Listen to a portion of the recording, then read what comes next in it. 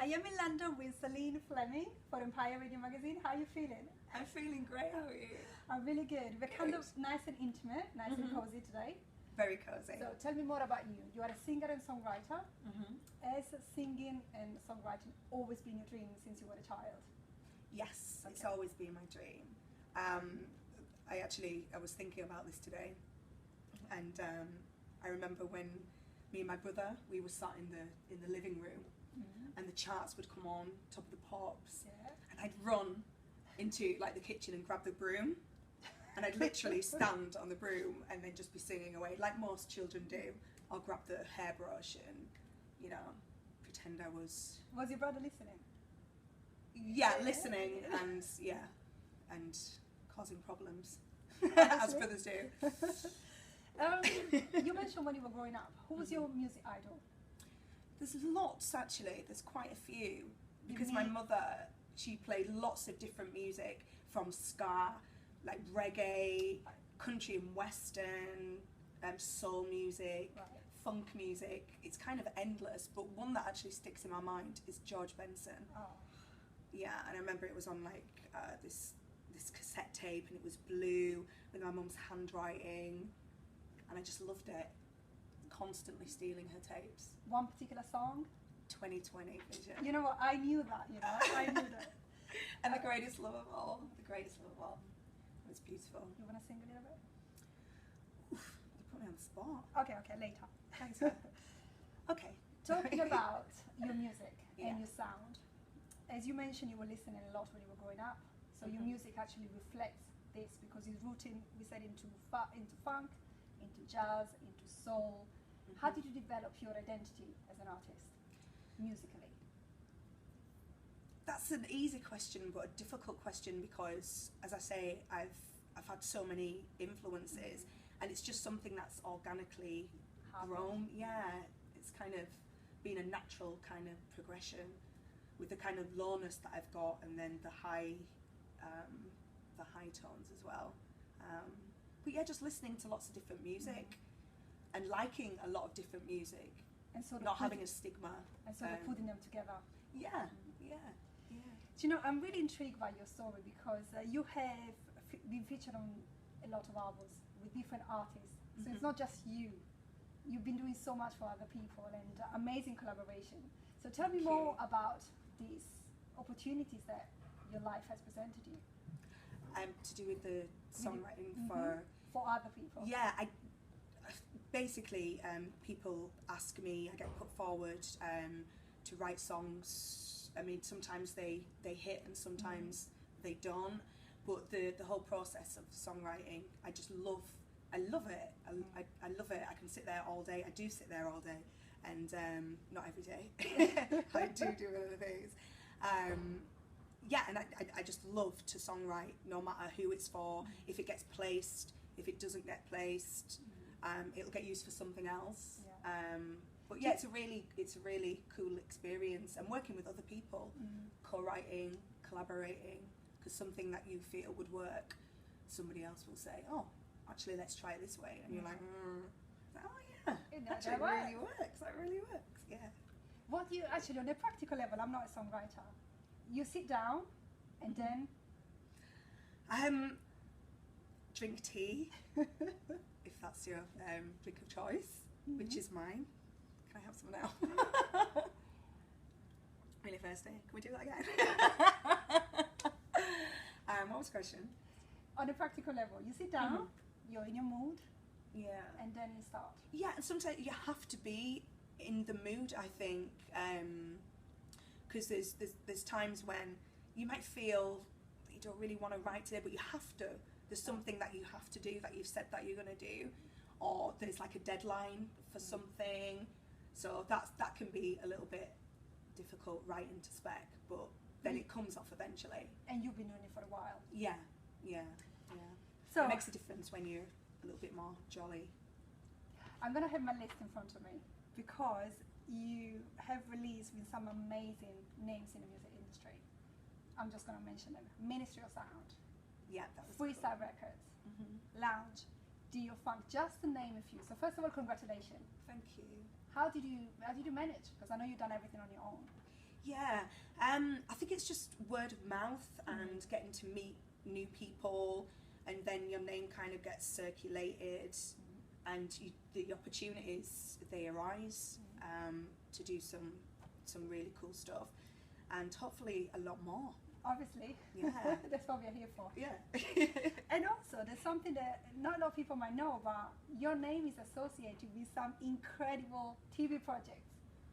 Yeah. Because as a composer, you wrote for, let me read them, Grey's Anatomy, Secret Diary of a Call Girl, Law and Order. And once again, how did you manage and how do you feel to reach such an incredible audience? Well, these particular programs, lots of other programs, it's with a company called Audio Network. Right. And they're fantastic, really, really fantastic. A wide range of all kinds of different music, for TV, film, the whole of the media. And I was fortunate enough to work with a couple of the songwriters there and composers. And we got together and we wrote some music, and it got chosen. It gets, played quite a bit, which is fantastic. But I don't watch too much TV, so I don't really hear myself too much. But my friends will comment and say, "I'm sure I've just heard you on some kind of random program." Do you remember the first time you heard your song? Yeah, I do actually. I can't remember what I was cooking. I was cooking something. And I just started moving. I thought, oh, that's me. I was like, oh, that sounds good. Yeah. So I was really pleased. And then a little smile comes on your face. So, and also, I'm a little bit emotional in saying that, but you have performed for Quincy Jones. Yes. Tell me all about it. That was wonderful. That was such an amazing opportunity. Massive fan of him. Massive fan. Everything that is written. As a producer and as a person, to meet him, and we hung out afterwards. We went to this after party. It was he's a really, really cool guy. And how did it happen? The actual show, how did it happen?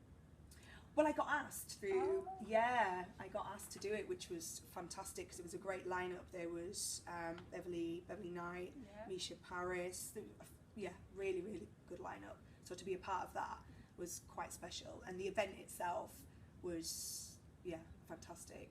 How was and the All-Star Collective, the band who supported everybody, top musicians. How was him in real life? Fantastic. Let's talk now about your music. So your last project is called The Rhythm, and the album Loveland. Tell me more about both. Loveland is an album that I co-wrote with a guy called Nick Van Gelder. Right. He's like the ex-Jamiroquai drummer. He's done all kinds of things. Very talented guy. And basically, I'm a lyricist and an arranger, and he wrote the whole instrumentation, like the bass, the drums, the keys, producing, engineering. Everything. Yeah, and it came out on the 2nd of February. Right. Yeah, 2nd of February. It came out, and it's doing quite well. We're number 1 in the UK soul charts. Yes. 2nd week. I stay there. Really, really good album. Good album. Well you should done. go get it. And The Rhythm is with a company called Broadside, with some fantastic remixes. One from Daz IQ and Uchikawa, I hope I said that right, and T-Roy himself. And that's just a kind of, it's a reflection of a couple of songs that I used to, that I do write, and kind of, they put them together. There's a lot of back catalogue that I've got that I never kind of use or that's been released, and he liked that particular tune, and then we had all the remixes on there. So that's doing okay. Good. Yeah. Well, I kind of know you a little bit by now, but how are you in normal life, like in daily life? Can you not tell? No, exactly. You know what? I'm a bubbly person. Music's just everything to me. I love it. I live it. I breathe it. And I'm really fortunate to come across people like yourself, who are interested in people who are not signed. Yeah. And they love what they do, and they want a little bit of exposure, and they just want to get out there and show what they Yeah, but you deserve can it. do. Your music is Thank great. you. Your voice is fantastic. Thank And, you. so definitely. Have you got any guilty pleasures? Love. Give me one. One. Oh, actually, it's not too guilty. Actually, it's probably I'd say sushi. Oh, I love sushi. Yeah, but I'm a bit greedy with sushi. I eat a lot of sushi, like a lot. No, seriously, like yeah, it's not good. It's not good. Guilty pleasures. What else? Let's stick with sushi. Yeah. Don't make me lose my job. Last question. What's next for you? What's next? Oh, I've got some really cool music. Yeah, some really good music coming, which is good, with a guy called Dimitris. Right. It's like a soul, new soul, funky disco thing. Yeah, so quite excited about that. That's cool. Soul Funk Secret, SFS, which is kind of the same initials. There's an EP coming out in the summer. Same kind of vibes, a little bit more funk orientated. Yeah. Perfect. Looking forward to it. Yeah. So, it was fantastic meeting you. You too. You too. And I wish you all the best for an amazing 2015. Thank you so much, Francesca. You're Thank welcome. you.